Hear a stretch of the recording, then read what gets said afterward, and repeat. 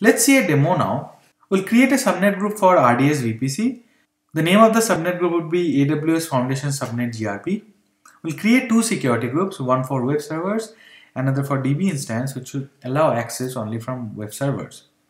We'll launch a MySQL database instance.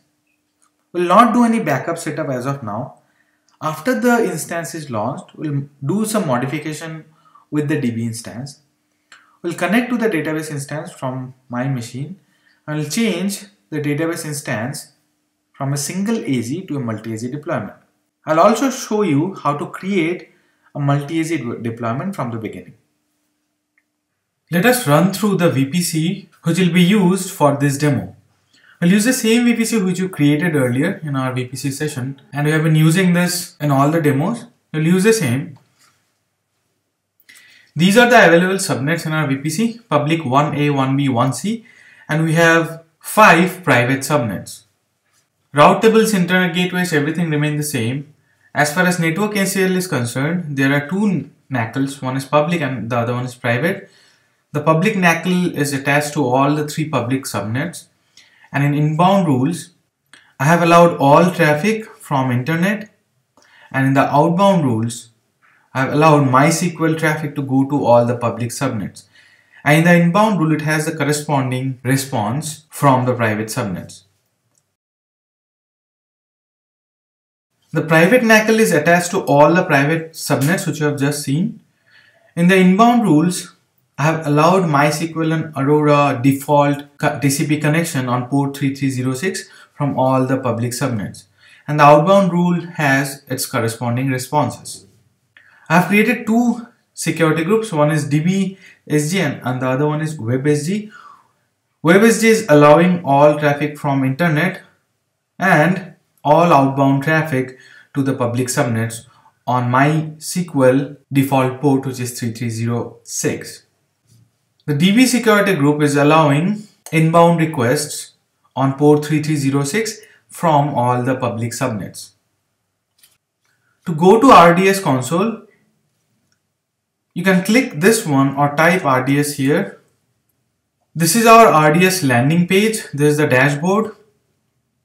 The first thing which you have to do is create a subnet group. Subnet group is nothing but collection of multiple subnets in a private subnet.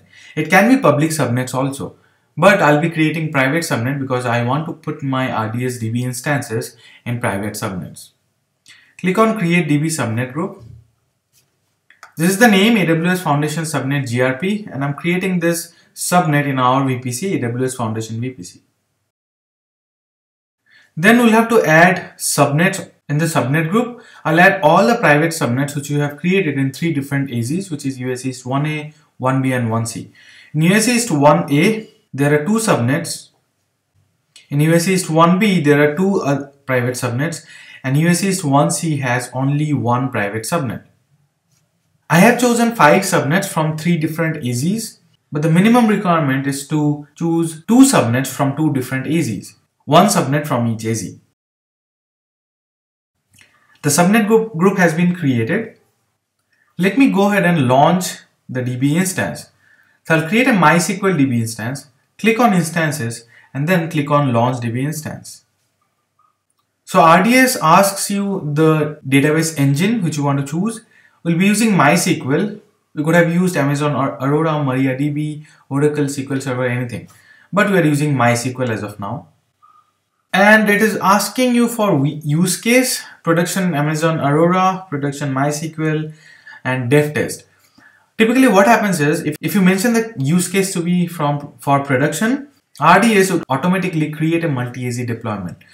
But that is not necessary that we'll have to create a multi-AZ deployment at the beginning. You can create a single AZ RDS DB instance and then you can convert it to multi-AZ later on if needed. But as of now, I'll create a single AZ because I want to show you how you convert single AZ deployments to multi-AZs. Click on next. There are multiple informations here. The first one is license model. MySQL supports general public license. In Oracle, you have license included license model and BYOL, which is bring your own license. You'll have to pay the licensing cost separately. In this general public license, the RDS DB instance cost would include the license cost. The DB engine version, I have chosen 5.6.37. If you want, you can choose any one of these. Then the DB instance class. These are the different DB instance class available. db.t2.micro, t2.small. Similar to EC2 instance types. I'll choose the lowest one so that I get lesser bill. Now multi-AZ deployment. Do you want to create this RDS DB instance with multi-AZ deployment? As of now, I'll choose no because I'll convert it later on. But if you select this one, then RDS would create a primary DB instance and then a secondary DB instance. Both these DB instances would be in two different AZs. The AZs would be chosen from the one which you have mentioned in the subnet group. As of now, I'll select no. Storage type general purpose. Allocated storage minimum has to be 20 gigabytes and maximum can be 16 terabyte. DB instance identifier is the name of the database instance which you want to give. As for our demo, the name should be MySQL RDS DB instance. We'll have to create a master username. This master username is nothing but the administrator username, which will have a lot of privileged access to this database. Provide a proper password. The password policy is mentioned here, and then click on next. Then it asks you to choose some advanced settings. The VPC where we want to launch this DB instance in. I'll choose our own VPC and the subnet group which we created, AWS Foundation Subnet GRP. Whether we want to make this database instance publicly accessible or not. We cannot make it publicly accessible because we do not have any public subnet in the subnet group. If you want to make a database instance to be publicly accessible, the subnet group should have public subnets in it. You can prefer your AZ. I'll choose US East 1A. If you mention no preference, RDS will choose one randomly. Then the security group, it is asking me to create a new VPC security group, or you can choose an existing one. We have already created a security group which is DBSG. You'll remove the default security group and then you have to mention the database name. The database name is AWS Foundation and I'm keeping the default port which is 3306. DB parameter group and option group, we'll come back to this later on. This is where you can select the encryption from. We have encryption in our later topics, but just to tell you that you can enable encryption from here. I can't select because the current DB instance class does not support storage encryption. You'll have to choose a different instance class for encryption to work. Backup retention period, I'll keep it as 0. In that case, automated backups would not be enabled. Then the next section is monitoring. There's something called enhanced monitoring. Enhanced monitoring is used to get metrics of the operating system where this DB instance is running. You'll have to mention some monitoring rule and then the granularity. How often you want RDS instance to publish the monitoring data. As of now, I'll disable.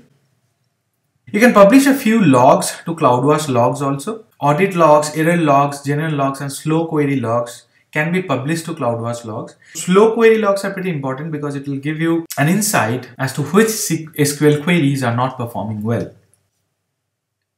This is the maintenance portion. You can enable auto minor version upgrade or you can disable minor version upgrade. The very next topic is maintenance and upgrades. Go through that topic and come back here later on. Then we have something called maintenance window. If you are enabling auto minor version upgrade, we'll have to select a window wherein we'll have to mention when RDS can apply the changes like minor version upgrade. You can give 1 day and then mention the duration. As of now, I'll disable and no preference. Launch DB instance. My DB instance is being created. I can click on view DB instances and the status would be creating. It will take some time for this DB instance to be up and running because RDS would first launch an EC2 instance with t2.micro type and then it will install MySQL database engine on top of it using all the configuration and setup which you have mentioned during database instance launch. In the meantime, let me show you the other stuff. This is the monitoring portion. You can monitor your RDS DB instance from here using CloudWatch. This is actually the CloudWatch dashboard. CPU utilization, database connection, storage space, IOPS, read and write, memory availability, everything is shown here. These are very basic level monitoring provided by CloudWatch. And in the details pane, it will show you all the settings which you mentioned while launching the database instance. It will also show you CloudWatch alarms if you have set up any. different snapshots available, if there are any tags, logs, and RDS events, or if you have any replication enabled.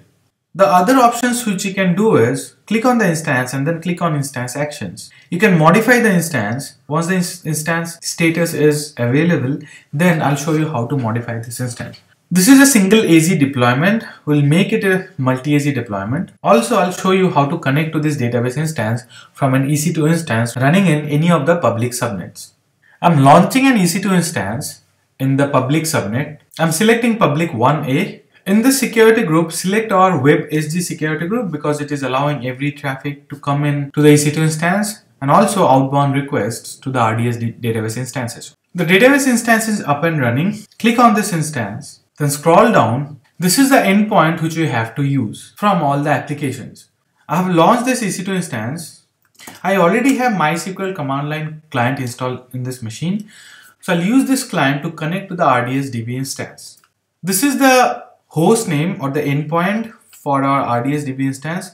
We're using the default port 3306. The user is admin. Remember, this user is the master user which you created while launching the RDS DB instance. You can also find the master username in the RDS console. So username is admin.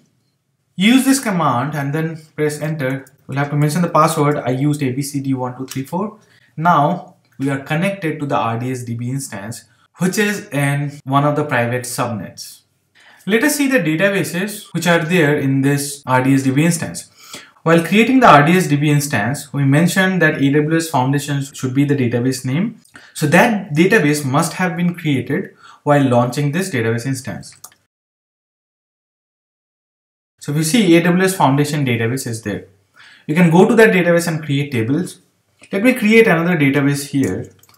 The name of the database is Deep. Now if I type show databases command again, it should show me Deep also. So I have AWS Foundation and Deep. You are connected to AWS Foundation database. Now you can go ahead and create tables here. The table has been created. You can use show tables command to see the tables. This is the table which you have just created. I'll leave the command line here. I have shown you how to create an RDS DB instance and then how to connect to that DB instance also. Now I'll do some more things in the RDS DB instance itself. As this DB instance is a single AZ, we'll try to convert it to a multi-AZ one. How do you do that? Click on instance actions from here, or you can go to the main console, select the instance and then click on instance actions. Then you have something called modify option. Click on modify and then you can change the multi-AZ deployment to yes. Then scroll down and click on apply changes immediately. So the DB instance would be modified. It would become a multi-AZ one. Behind the scenes, RDS is taking a backup of this instance and then it is restoring this instance to a different AZ.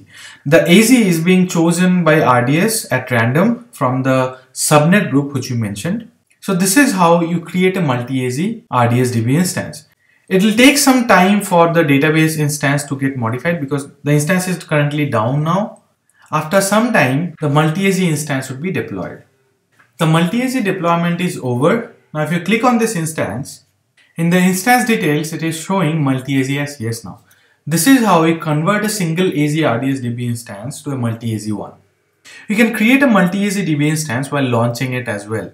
Click on launch DB instance. The only thing which you have to change is either select the use case to be production or in the specify DB details, select a particular DB instance class and then select create replica in a different zone. In this way, the DB instance would be created as a multi-AZ deployment.